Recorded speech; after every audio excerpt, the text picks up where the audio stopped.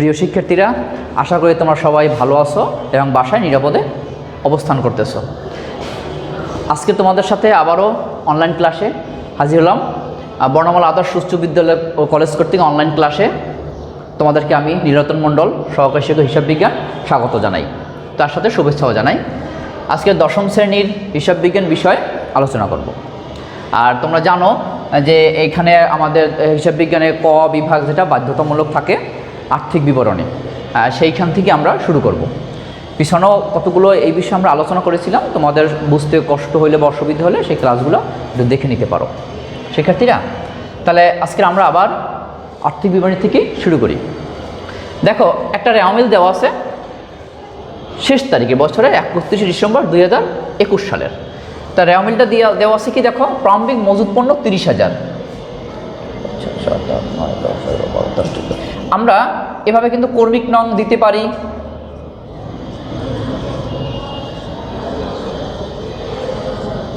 নয়, 10, 11, 12, 13, 14। দেখো আমাদের দেওয়া আছে প্রারম্ভিক মজুদ পণ্য। আমরা জানি প্রারম্ভিক মজুদ পণ্যটা একটা কি মুনাফা জাতীয় ব্যয়, হ্যাঁ, 30,000 টাকা আমরা জানি, এটা ডেবিট পাশে থাকে। ক্রয় ও বিক্রয় তোমাদের যদি এইভাবে থাকে, ক্রয় এবং বিক্রয় একসাথে একত্রে থাকে, তখন ডেবিট ক্রয় এবং ক্রেডিট হলো বিক্রয়, খরচ এবং এটাকে আমাদের আয় ছিল। ফেরত, এই যে ডেবিটের ফেরত এটাকে বলে বিক্রয় ফেরত, আর ক্রেডিট ফেরতটাকে বলে ক্রয় ফেরত। এরপর দেওয়া আছে কি মজুরি। আমরা জানি সরাসরি খরচ, প্রত্যক্ষ জাতীয় ব্যয় মজুরি, হ্যাঁ, ডেবিট। ডক চার্জ 3,000 টাকা।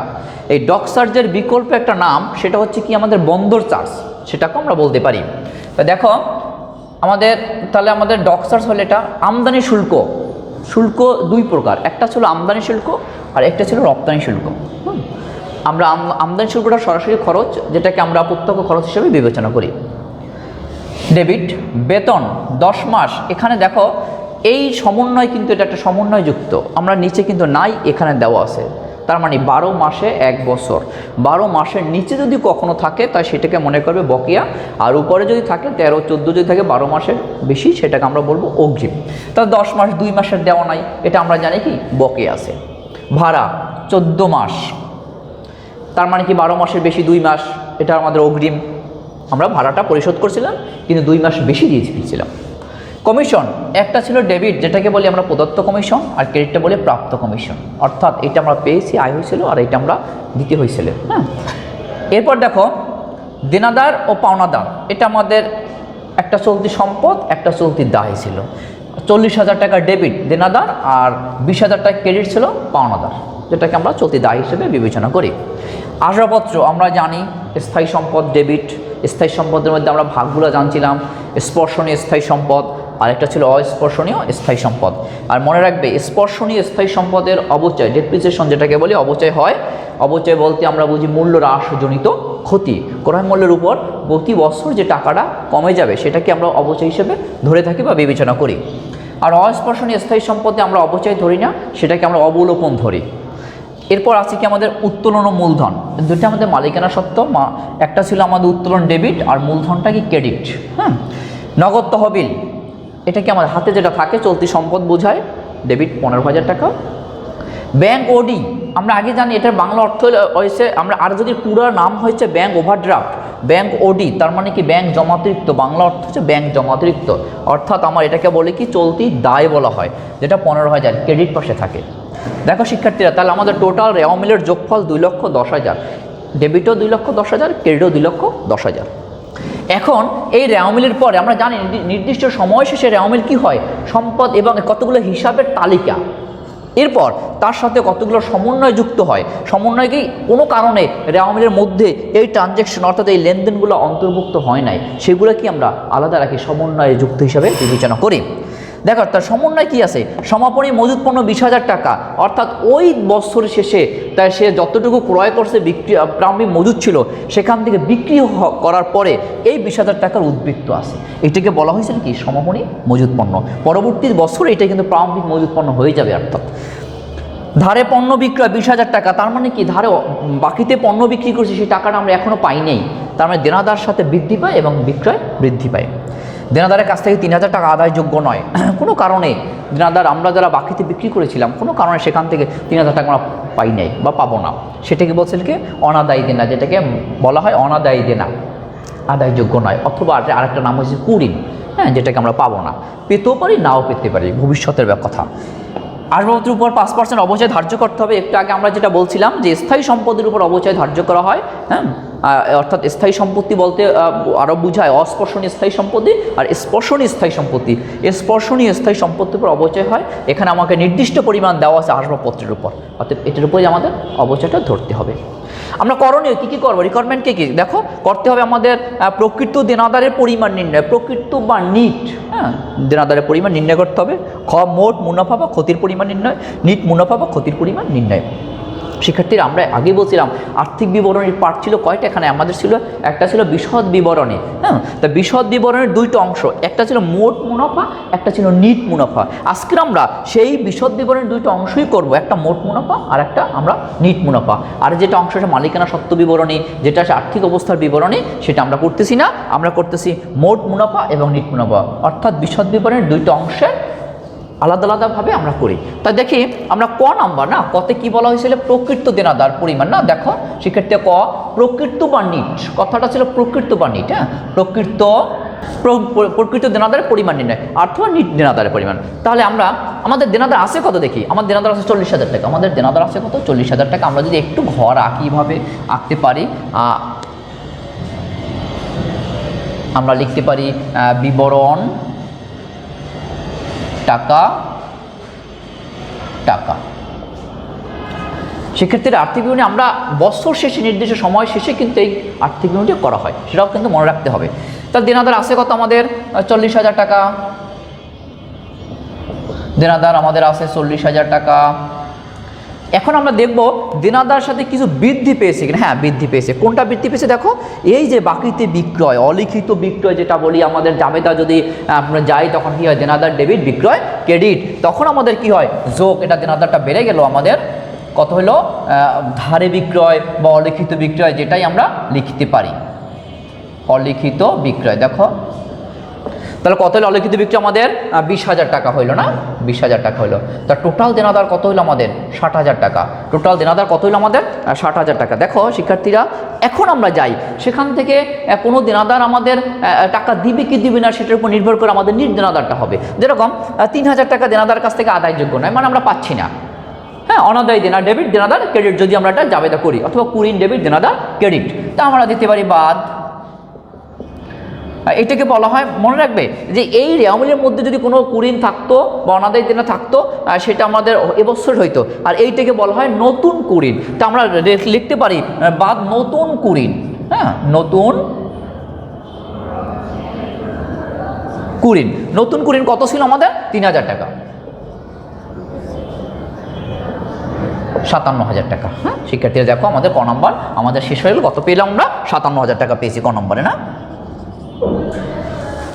শিক্ষার্থীরা ক নম্বরে কি করলাম আমরা, দেনাদার 40,000 টাকা কোথায় পেলাম আমরা, এই যে রেওয়ামিলের ডেবিট পাশে আছে সেখানে তার সাথে যোগ করছি আমরা অলিখিত বিক্রয় কত ছিল 20,000 টাকা, টোটাল আসলো দেনাদার আমার 60,000 টাকা। সেখান থেকে নতুন কুঋণ আমরা আদায়যোগ্য নয় কত 3,000 টাকা, তাহলে আমরা কত হলো 57,000 টাকা। তা আমরা ক নম্বর শেষ করলাম। আমরা এখন দেখি খ নম্বরে কি আছে আমাদের। খ নম্বরে বলছে যে মোট মুনাফা বা ক্ষতির পরিমাণ নির্ণয়। তাহলে আমরা যাই খ নম্বরে,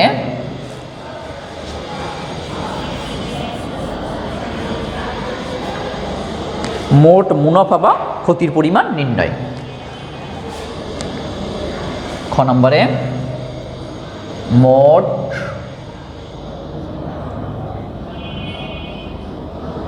এটা লিখতে পারি বিশদ আয় বিবরণী আংশিক, বলা যায় বিশদ আয় বিবরণী আংশিক, মোট মুনাফা বা ক্ষতি নির্ণয়।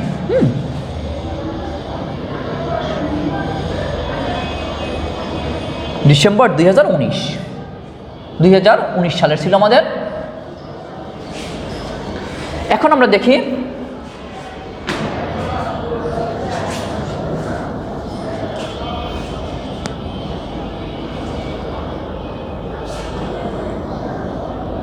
আমরা অবশ্যই মনে রাখবে এখানে 3টে ঘর হয়,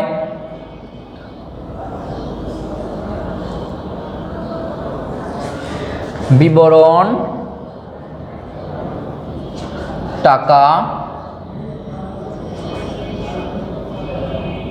টাকা টাকা বিবরণ টাকা টাকা টাকা। দেখো তাহলে আমাদের এখন আমরা কি করছি, মোট মুনাফা বা ক্ষতি নির্ণয় করতেছি। তাহলে এখন এখানে আমরা জানি কি জানবো, যে আমাদের প্রত্যক্ষ খরচ এবং প্রত্যক্ষ আয়টার সমন্বয়যুক্ত হবে যেটা। তাহলে প্রথম নিয়ে আমরা বিক্রয় 1,20,000 টাকা বিক্রয় আয় আমাদের কোথায়, ক্রেডিট 1,20,000 টাকা আছে আমাদের, 1,20,000 টাকা। একটু তোমরাও খেয়াল করবে যে আমরা বিক্রয়টা সবসময় মাঝ বরাবর ঘরটায় নেই, কারণ এখানে আয়টা কিন্তু একটাই হয়। আর এই আর্থিক বিবরণী আমরা কিন্তু সেবামূলক আর্থিক করাচ্ছি না, এটা আমরা করাচ্ছি ক্রয় বিক্রয় হিসাবে আর্থিক বিবরণী করাচ্ছি। দেখো বাদ কি আছে আমাদের, ফেরত, ফেরতের ডেবিট পাশে যেটা সেটা হলো বিক্রয় ফেরত। বিক্রয় ফেরত কত আছে, 5,000 টাকা। কত হলো, 1,15,000 টাকা। এখন এখান থেকে আমরা কি দেব, যোগ অলিখিত বিক্রয়।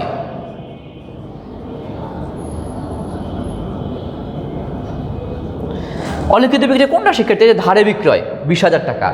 এই 20,000 টাকাকে তুমি এখানে অলিখিত বিক্রয় লিখতে পারো অথবা ধারে বিক্রয় লিখতে পারো, আমরা যেটাই লিখি সেটাই আমাদের হবে। তো কত আসছে এখানে, 20,000 টাকা। আমরা অলিখিত বিক্রয় পেলাম কত, 20,000। তাহলে আমাদের কত হলো, 1,35,000 টাকা। শিক্ষার্থী এটাকে বলা হয় নিট বিক্রয়, মনে রাখবে এটার নাম কি, নিট বিক্রয়। এটার নাম হচ্ছে নিট বিক্রয়। এখন এখান থেকে নিট বিক্রয় থেকে বাদ বিক্রিত পণ্যের ব্যয়, কিভাবে বিক্রিত পণ্যের ব্যয়, বাদ বিক্রিত পণ্যের ব্যয়। আমরা বিক্রিত পণ্যের ব্যয়টা কিভাবে বের করবো দেখি। প্রথমে যাচ্ছে আমাদের প্রারম্ভিক মজুদ,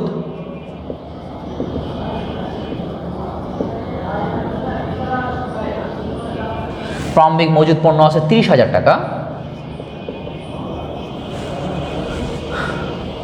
এটা কেন মাঝ বরাবর নিলাম, যেহেতু এটার সাথে রিলেটেড কোনো খরচ নেই, যোগ বিয়োগ করা যাবে না, বিধে এটা আমরা মাঝ বরাবর নিয়েছি। ক্রয় 50,000 টাকা ডেবিট, ক্রয়টা আমাদের কি খরচ, সবসময় ডেবিট হয়। বাদ ক্রয় ফেরত,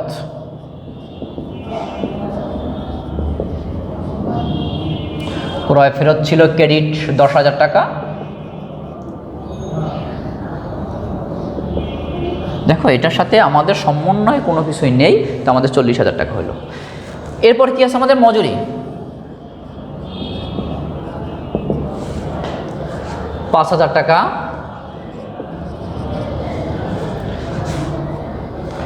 এরপর আছে ডক চার্জ, যেটাকে আমরা বন্দর চার্জ বলি,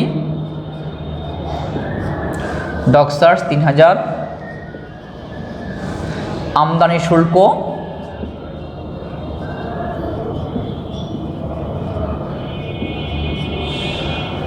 5,000। দেখো শিক্ষার্থীরা আমাদের আর কোনো কিন্তু খরচ নেই, আমাদের সরাসরি প্রত্যক্ষ খরচগুলো কিন্তু আর কিছু নেই, শুধু আমাদের এটুকুই আছে। কি আছে, প্রারম্ভিক মজুদ আছে, ক্রয়ের সাথে বাদ ফেরত, ক্রয় ফেরত, সেখানে আছে আমার 40,000 টাকা। মজুরি আছে কত আমাদের, 5,000 টাকা। ডক চার্জ আছে 3,000 টাকা, আর আমদানি শুল্ক আছে 5,000 টাকা। আমাদের কিন্তু আর তেমন কোনো খরচ আর নেই। তাহলে এখন আমরা টোটালটা করি, কত আসে, 70, 80, 83,000 টাকা আসে। দেখো এই 83,000 টাকাকে বলা হয় বিক্রয়যোগ্য পণ্যের ব্যয়, মনে থাকবে এই 83,000 টাকাকে বলা হয় বিক্রয়যোগ্য পণ্যের ব্যয়। এখন আমরা এখান থেকে যে কাজটা করতে পারি সেটা হচ্ছে বাদ দেবো কি, সমাপনী মজুদ, বাদ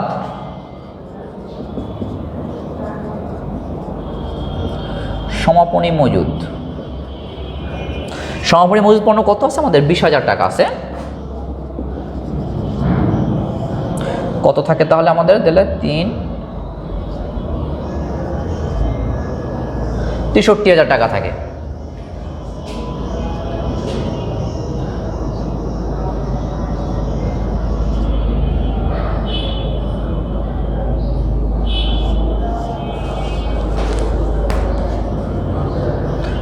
72,000 টাকা। এটাকে আমরা বলি মোট মুনাফা। শিক্ষার্থীরা দেখো যে আমাদের এখানে টোটাল যোগফল আসে কত? 70, 80, 83,000 টাকা। এই 83,000 টাকা বলা হয় বিক্রয়যোগ্য পণ্যের ব্যয়। হ্যাঁ, কতটুকু আমরা পণ্য সময় বিক্রি করতে পারবো। সেখান থেকে আমাদের সমপরিমাণ মজুত পণ্য, অর্থাৎ এই 20,000 টাকা পণ্য বিক্রি করা হয় নাই, রয়ে গেছে, যেটাকে বলে। তাহলে কত থাকে? 63,000 টাকা থাকে। তো 1,35,000 টাকা আমাদের নিট বিক্রয় ছিল, সেখান থেকে 63,000 টাকা আমার বিক্রি করে বাদ দিলে কত থাকে? 72,000 টাকা। এই 72,000 টাকা বলা হয় মোট মুনাফা। তো আমরা খ নম্বরে পেলাম 72,000 টাকা মোট মুনাফা পেলাম। তাহলে আমরা খ নম্বরে মোট মুনাফাটা শেষ হয়ে গেল। এখন আমরা যাই গ নম্বরে, নিট মুনাফা বা ক্ষতি নির্ণয়। মোট মুনাফা রেজাল্ট পেলাম কত? আমরা 72,000 টাকা।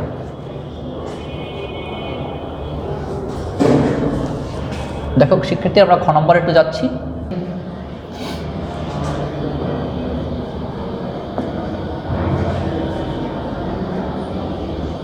নিট মুনাফা বা ক্ষতি নির্ণয়।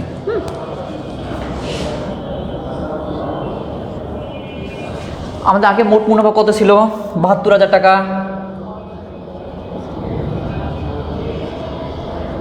মোট মুনাফা কত ছিল? 72,000 টাকা বাদ পরিচালন ব্যয়।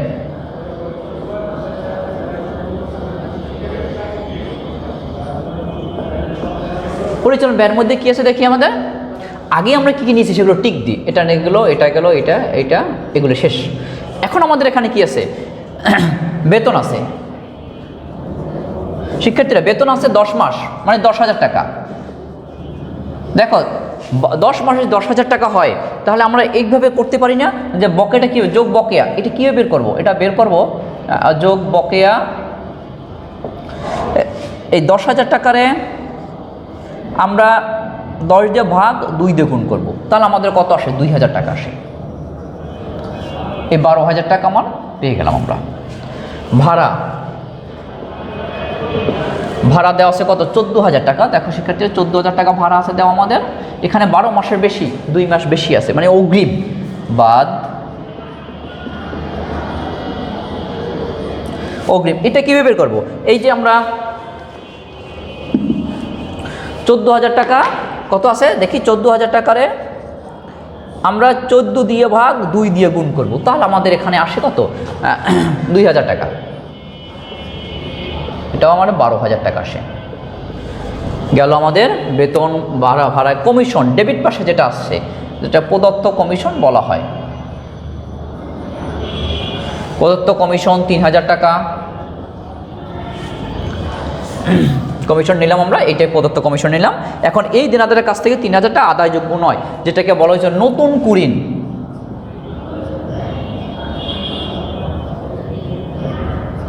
নতুন কুঋণ কত টাকা ছিল আমাদের? 3,000 টাকা ছিল। নতুন কুঋণ 3,000 টাকা ছিল। এখন আমরা একটা আছে আসবাবপত্র অবচয়, আমি নিতে পারি আসবাবপত্রের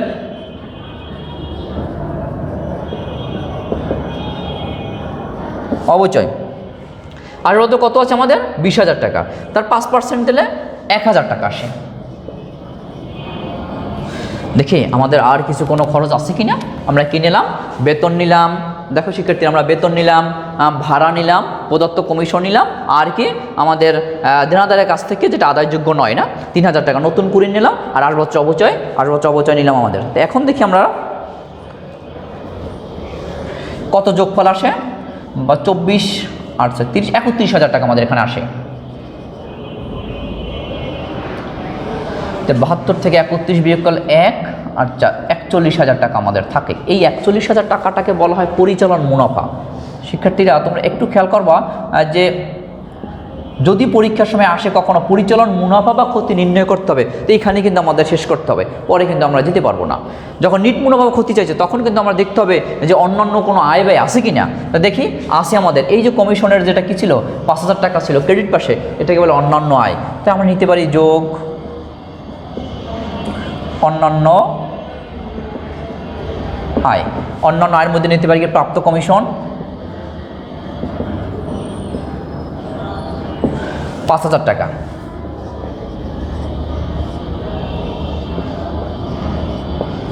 46,000 টাকা আমাদের কী ছিল? নিট মুনাফা।